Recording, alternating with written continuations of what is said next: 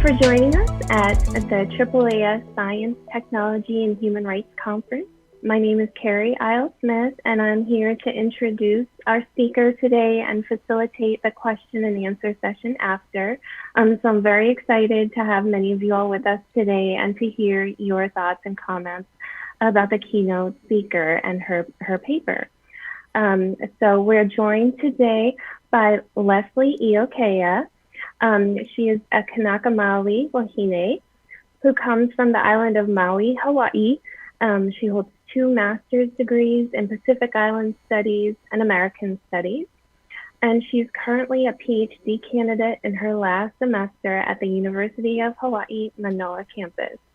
Her focus is on native science through ancestral knowledge, relocation secondary to climate change, and marginalized communities. She's a member of Rising Voices Center for Indigenous and Earth Sciences at NCAR, and works with other scientists and Native community members for a collaborative approach in bringing together different perspectives and philosophies for solutions in climate change and dynamics to sustainability. Today, she's going to be speaking to us. The title of her talk is Human Rights, Ethics, and Climate Change in this time of COVID-19. So thank you so much, Lesley. Thank you, Carrie. I appreciate your introduction. Ina akua, ina kupuna, ina aloha aina, o Lesley Iaukea, ko inoa, no Maui maiau, a hupua o hunu ula, ku'u mauna o haliakala, ku'u vai o makawao, a me ku'u makani o ula lena. Aloha mai kako, and greetings to everyone here today. I start with recognizing my gods, my elders, and many of you that fight for humanity and that space to be heard. I introduce myself based on my environment, the mountain I grew up on, my waterways, and the winds.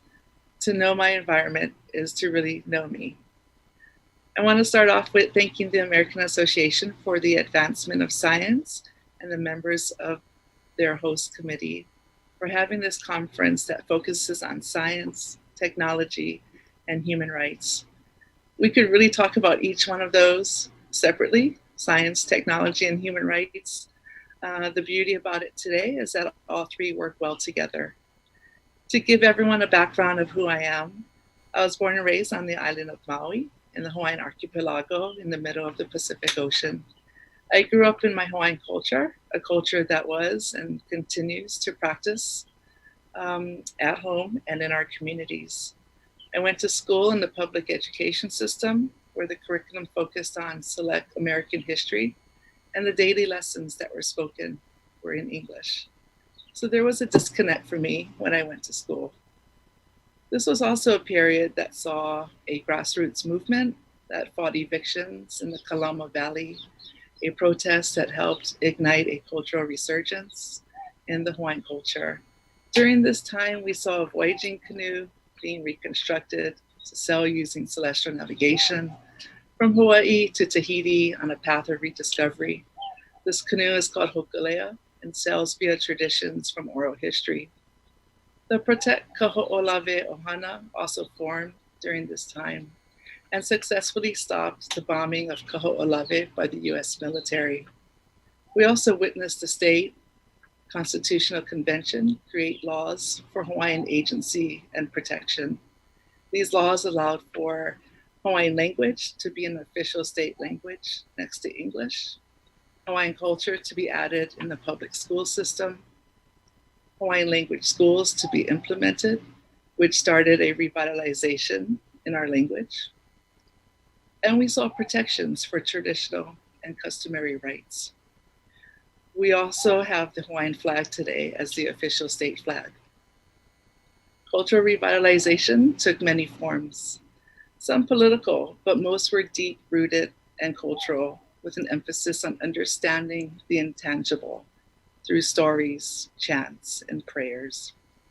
All of these important grassroots movements combined formed the Hawaiian Renaissance.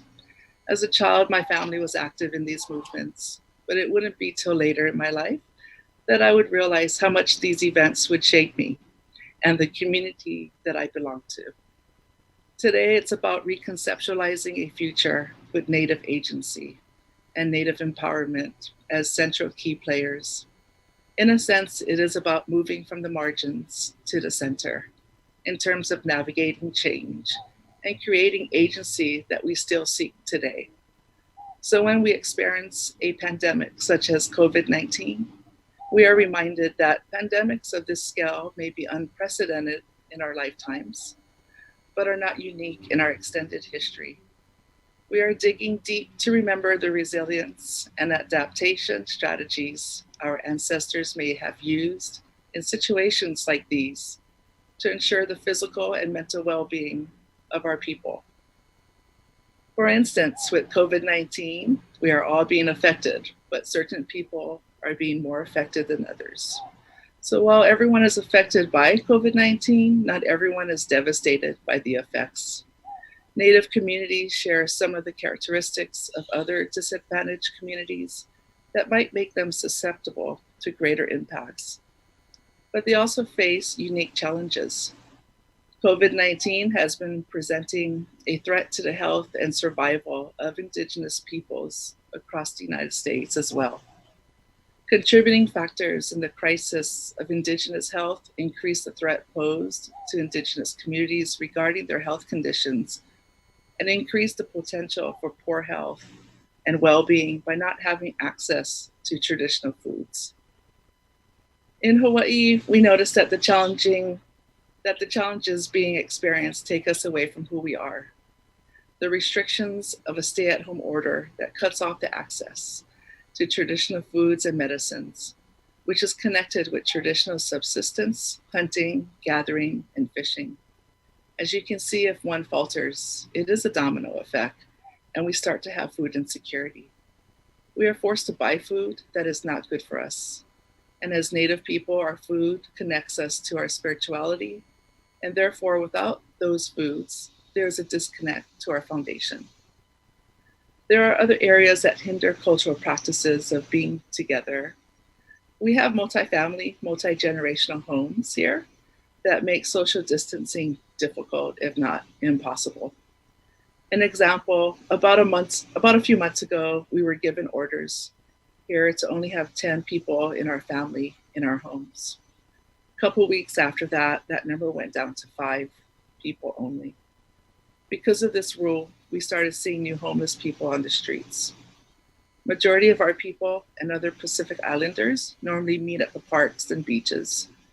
It is where we come together as a community. We started seeing rules that dictated only 2 to a party at the beaches, with a stipulation to leave your children at home.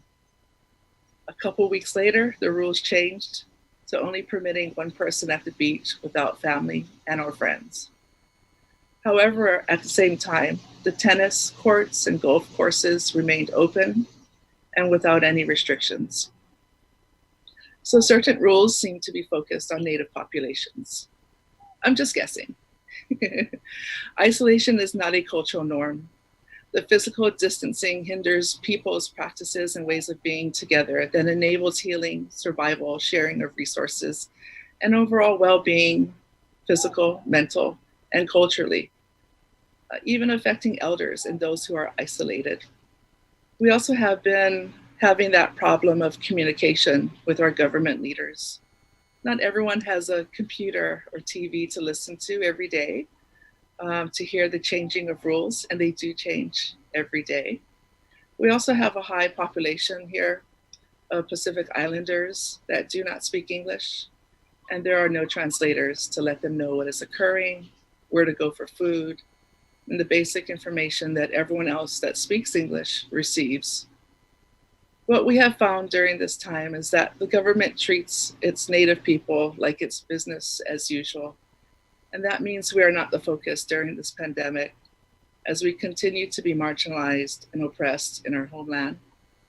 For example, the food drives are held in the city and not the rural areas where majority of Hawaiians and Pacific Islanders live. But through these hard times, what we have found is the resilience of our ancestors.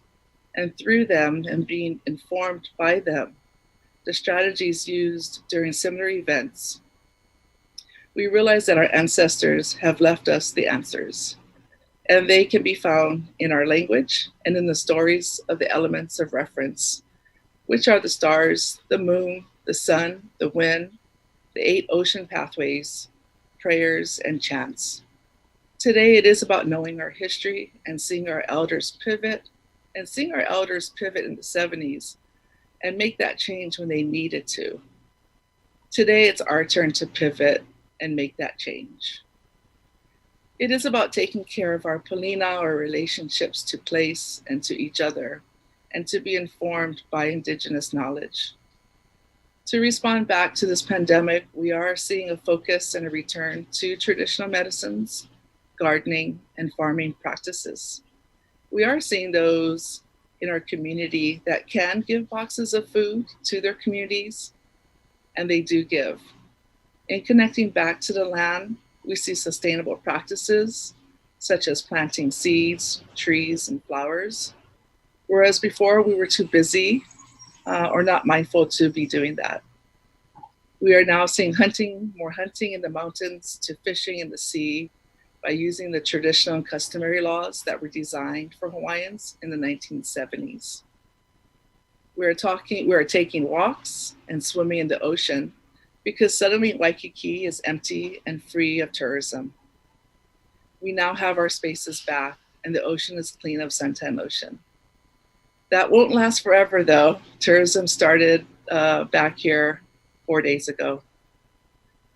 We are taking a moment to stop the busy schedule and allow for moments to reacquaint ourselves and to rediscover new places. We're changing the senses from seeing and touching to smelling and listening and being in the now. And in that process, a spirituality starts to exist. A space to practice traditional knowledge can now be fostered by those who always felt they were too busy, but now it is used as a way to navigate change in a calm and resilient state. We may not always have the answers, but we are left with a foundation that sees a different worldview. That different worldview can offer a different perspective in solutions for pandemics, climate change, and sustainability issues.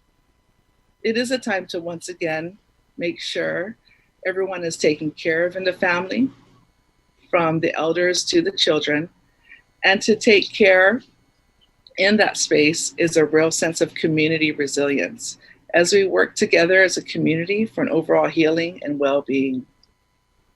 There's many things to say, and in that space, I will end with this.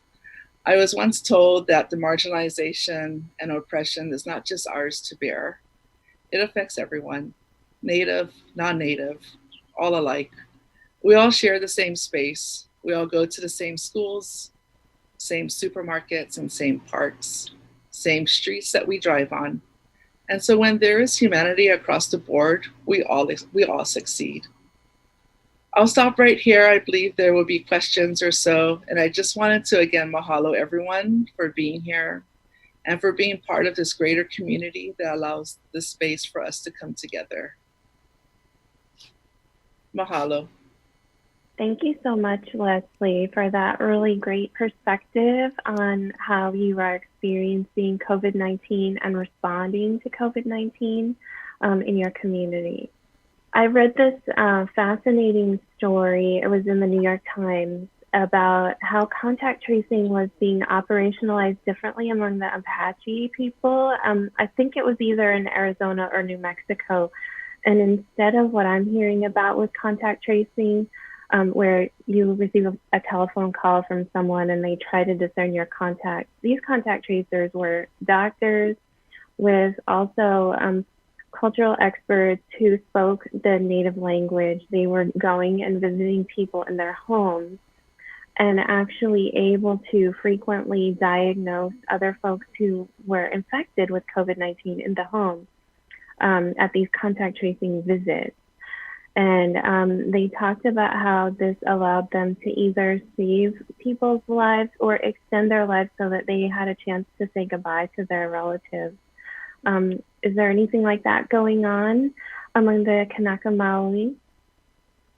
That's a really good question. And that's actually a really good tool. to have the community do that for themselves. Unfortunately, we don't have that here.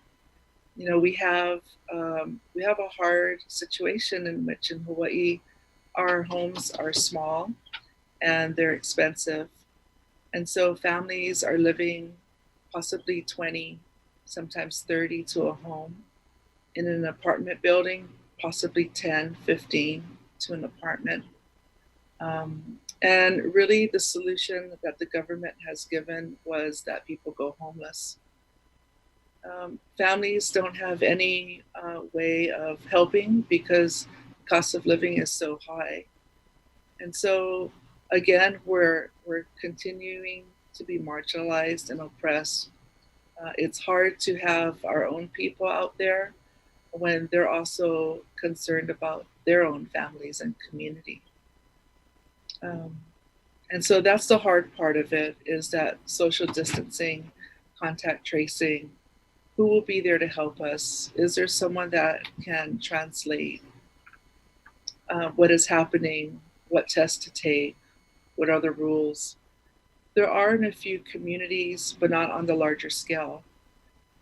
And I only know this because a few of my friends do that for their immediate community.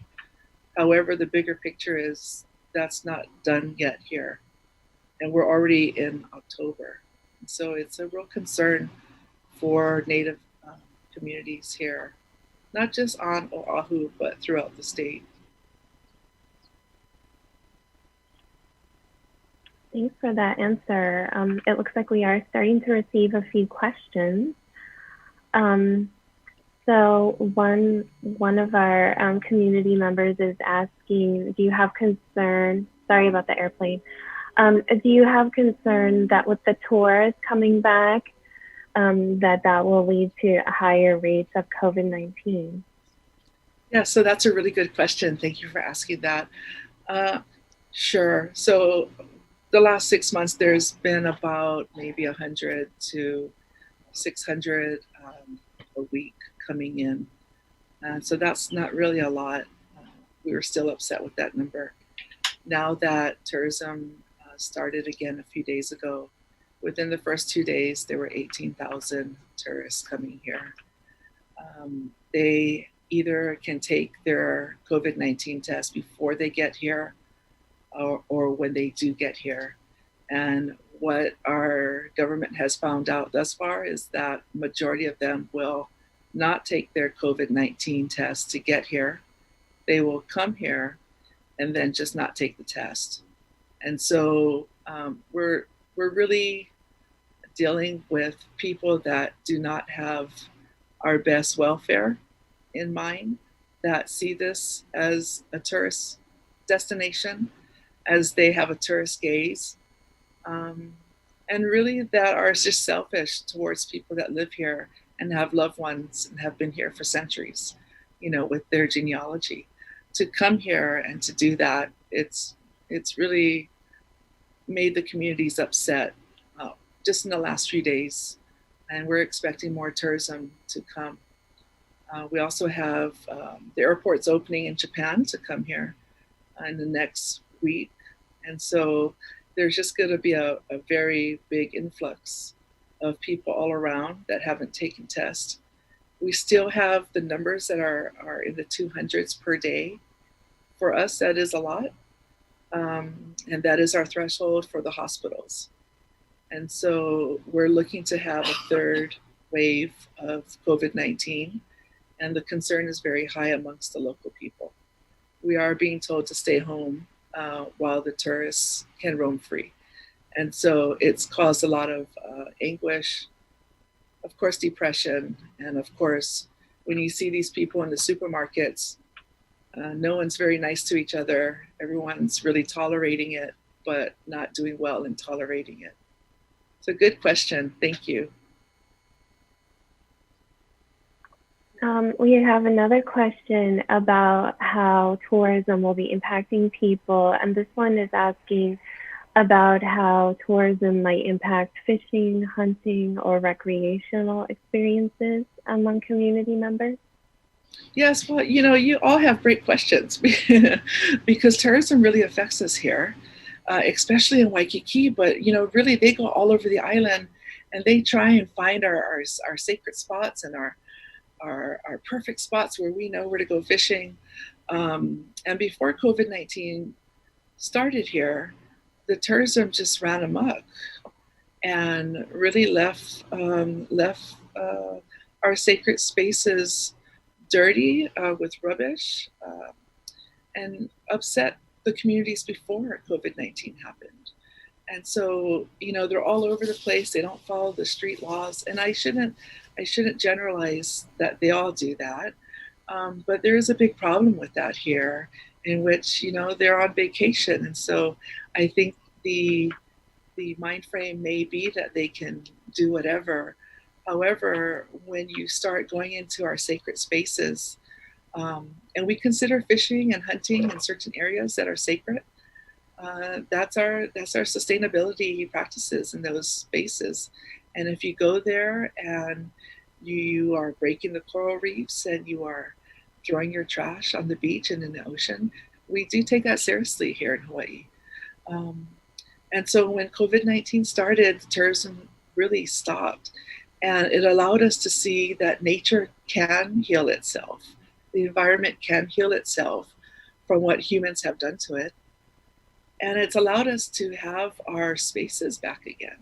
It's made us want to go out fishing more, go up to the mountains and hunt more.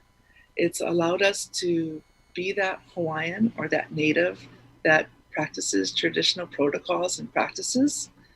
And it's just been a really, besides having the government rules, that other aspect to it has just been amazing.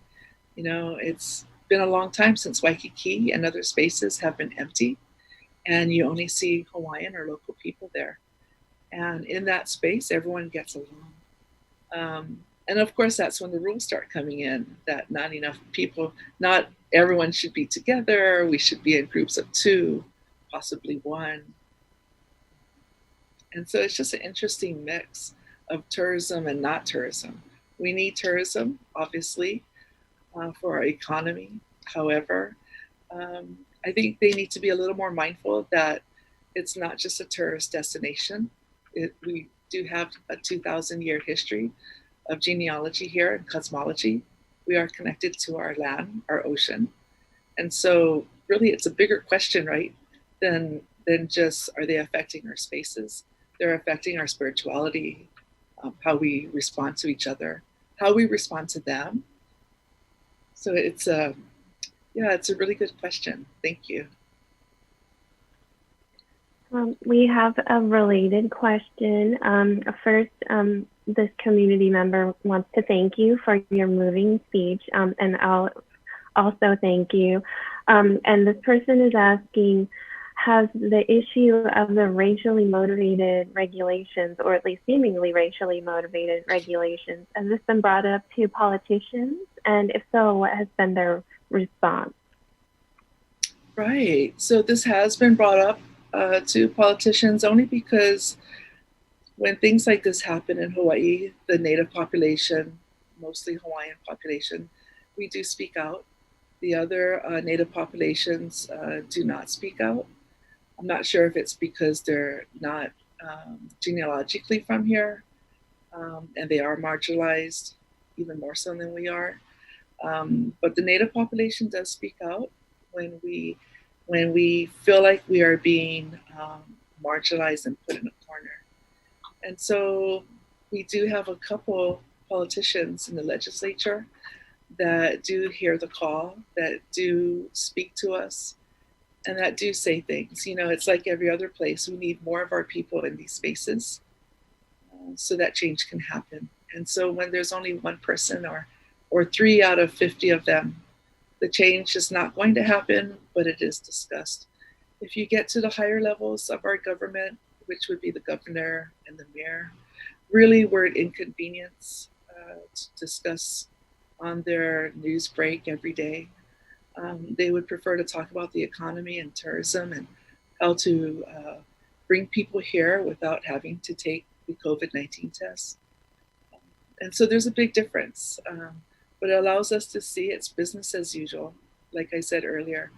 And it also allows us to see that we need to possibly have people go back to school or go to school, get your palapala or your degree so that you can have a foot in that door. You can have a seat at that table and you can make policy and changes as needed.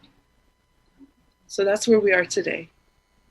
But with COVID-19, it just really highlights the marginalization. And I know I keep saying that, but it really highlights what we need to do as opposed to what are they continuing to do to us. We already know what they're doing. At some point, we need to form a pathway forward, understand their laws, and help to bring us to the table. This is another policy and politics question asking about how the leaders of the Kanaka Maoli community have been able to engage with public health officials at maybe the state and the local level to meet the needs of Kanaka Maoli people, and also asking if there are allies or sponsors who are supportive and encouraging in those spaces. Right, so those are really good questions. And you know, when you say political, my sister could answer those questions very well. She's a political scientist. But here it's a unique situation here where the government is at a certain level. You don't see much Hawaiians at that 1%. And then you have this wall that separates them from the next level, and that level will be the leaders of our Hawaiian community, our Hawaiian nation. And yes, they are out there. They're everywhere. They're on every island. There's many. And if they're not out there with politicians, they're at home making sure that the community is taken care of, because we can't exist within this structure. But there are certain people that do have the know-how, that do have the degrees, that do have these meetings of how to better the Hawaiian well-being. It's slowly coming, but it's not as what we would like to see. We would like to see our people off the streets, in homes. We'd like to see families have food on their tables. We would like to see that we're all coming together. And really, there's no structure around how to do that. It's just, no, you can't do that. And so our best interest is not in the heart of these people. So really, we need more people that can speak at that level. And that's where we really are today with education. More people are going back to school, some people in their 50s and 70s. And it's a beautiful thing where, you know, knowledge is power. But knowledge also gives you a ticket to hear these conversations. Good question. This is a really different question, but an interesting one. Asking about if a vaccine is produced, how do people feel about that? Would Kanaka Maoli people trust and be willing to receive the vaccine? Yeah, that's a good question. So the answer is no. And you know, it's only because of our past history. We don't really trust modern medicine. We do for some things, right? But for a lot of things, we have our own medicine that we gather in the mountains, and we prefer to use those because they have been tested to be successful with our grandparents, our great-grandparents. We've heard stories from prior, and that's why our great-grandparents have used them. So it comes to our generation, and it's just something we do. When we hear about modern medicine, it's a mix for Native people in general here in Hawaii. But for Hawaiians, if you're a conscious Hawaiian, you would prefer not to take that vaccine. It's just like taking the flu shot, right?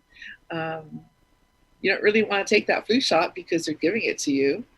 And so in our way of thinking, that's not what we would like. We would like to actually have our own medicine that grows plentiful in the mountains. Yeah.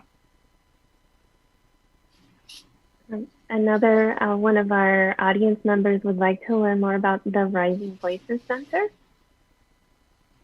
Oh, Rising Voices is just the best thing that's happened to me. I've been involved for, I think they've been around for 9 years. I've been involved for 8 years. I started the second year with them, um, really just as an observer and being someone that's in awe of what they do. They bring together native science with modern science for a collaboration of the sciences. And having those different worldviews really sparks a dialogue to having different uh, solutions in climate change and sustainability, in really pandemic situations as well. It brings together everyone. So it's not just the scientists, it's also the practitioners, it's also the elders, there's also children there. And so when we come together, it's an open space to be, right? It's an open space where we don't judge each other, where there's mutual respect. And then what comes out of it is just so much fruitful information that can be used for the government, for organizations, in learning how to deal with emergency hazards, climate change, disasters, sustainability issues, rising voices. Really, I'm just so proud to be part of, of them. They're in Colorado. They have the leadership that is just amazing, amazing, amazing. I can't say enough about them. Um, on the other side, we meet once a year. And so if you'd like to look them up, please do so. It is about collaboration and convergent science. It is about understanding stories that can inform of pathways to identify and to also create new pathways based on Indigenous knowledge. Um, and the scientists there are just amazing that offer modeling tools and other things that can help understand modern day technology and then incorporate that knowledge of Indigenous knowledge to that space. And so please look them up. They're great. Now I'm in my 8th year, and really, I've traveled. There's opportunities. There's opportunities that they give to you to travel and to speak and to do so many things, to be involved. But most importantly, they're there to allow you to create pathways for your own people. So we come together, we converge, and then we go back to our destinations, our homeland, and we create that pathway based on what we learned together. I really can't say enough about Rising Voices. My mother's involved as well. And so it's just a beautiful family that has been created 9 years ago, or I think it's longer, but we've been meeting for 9 years. And so, yeah, I really can't say enough. It's just an amazing, amazing group of people to belong with. Thanks for that. I'm going to share information about the center with my networks too. It sounds fantastic. Yeah, I really think it's the future of science as well, to be open-minded and to see other worldviews and to converge it with modern science today. Modern science today is great, but when you add other dimensions such as Indigenous knowledge, Native knowledge, Hawaiian knowledge, however you want to say it, if you're a Native person, you come with the genealogy of knowledge that your ancestors have passed down through generations of how to handle certain things. These allow for a deeper understanding of today's modern day sciences. And so to have both spaces where they can, or to have that space where they both can come and mutually be respectful and to see how each works off of each other is a beautiful sight. It's a beautiful thing. I'm in my last semester of my Ph.D. and that's what I've been doing right now. And it's learning how to explain to your people what you're seeing, how you're doing it through your practices by showing them this modern tool that is allowing for them to actually see a visual. So taking that oral history and putting it to this Western, or not even Western, just a modern day style of science, and to better tell that story of what is happening. And in the process, you can better find solutions. And even if you don't find solutions, it's a dialogue that possibly can find those solutions down the line because we're all coming together and talking together. And I think that's what it's about, to be a community, is to all come together, right? And so Rising Voices has really taken on such a great responsibility. But I really do think it's the future for science. It seems to me that the politicians could learn a lot from Rising Voices. Oh yeah, they can. They really can. And I might add that also the leaders in Rising Voices have gone to Congress. They've testified. They've made the National Climate Assessment reports. They've done so many things with so many organizations. It's just so impressive that there's not just scientists, there's lawyers, there's teachers, there's across, that's what we need, right, to all succeed, is to have everyone come for the ride, not just certain people. And in that space, they've allowed that. So yeah, sorry to keep going on about it, but I love Rising Voices. Yeah, it's really helped me in my PhD to really find my project and to really create and invent new ways for my people to understand climate change and sustainability. And I do so through geospatial technology analysis at navigational platforms on the island of Kaho'olawe. And so I also include indigenous knowledge to it. So I add the stories from the stars.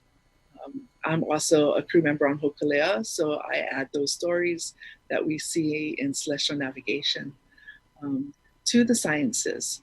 And so it just makes it for a bigger picture, more confidence in our students that learn it, because it ultimately goes into a culture-based curriculum. And this is all because of Rising Voices. They show us how we can do it. And it starts with just that discussion. This is what we see. And then they let us know, well, you can see it through this technology. And that's where it starts, just communication and being open with each other.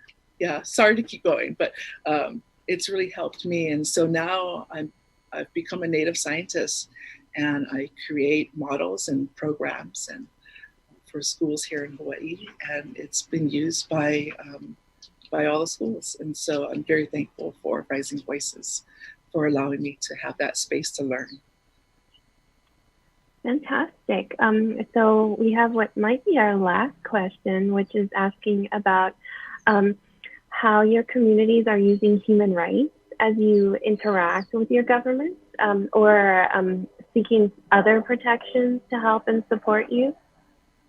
Yeah, so like I had said, in the 70s, we had CONCON 78, and that's the Constitutional Convention that allowed for laws, that allowed for civil rights, that allowed for us to have, some sort of humanity in all this, with being oppressed and occupied. And, our political status goes back to 1893, where our queen was overtaken, and so illegally. And so going through the history, those laws really helped navigate us to a space where we do now use them in the court of law. We do use them out in practice. So if we're now allowed to go into the mountains for our plants for medicine, we do use the customary and traditional protocol law that allows us to go, right? So if you're Hawaiian, you can go and take your plants.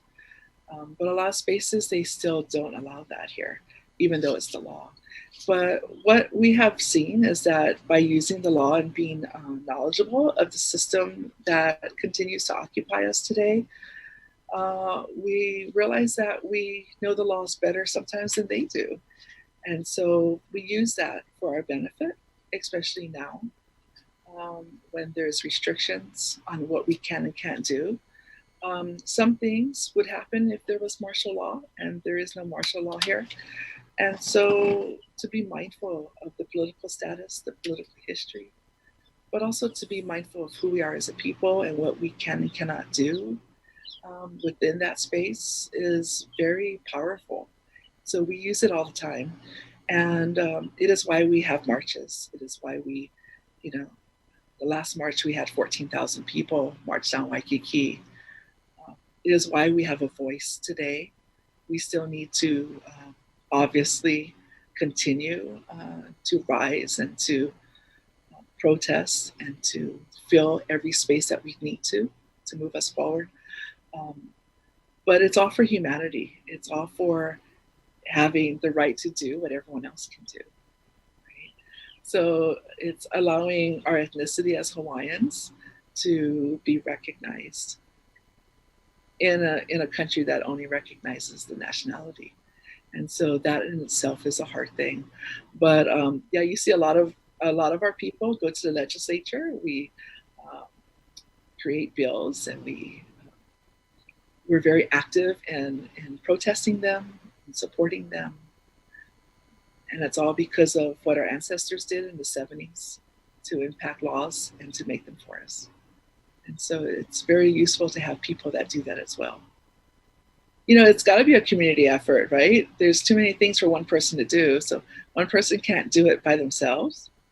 But that's just our culture. We're all about community. So we're all involved. We also have different capacities, and it all works.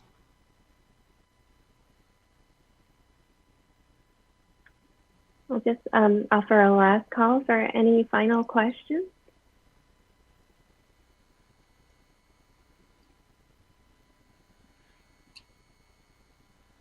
Okay, so thanks so much, Lesley Iaukea, for joining us today at the Science, Technology, and Human Rights Conference. It's been great to hear from you about what's going on, thinking about human rights ethics and COVID-19 among the Kanaka Maoli people. So really, thank you so much for joining us today. It's been great having you. Thank you, Carrie. It's great meeting you, and thank you to everyone here. Thank you for the space. I appreciate it. And I hope to meet everyone in person at the next year's conference. Aloha.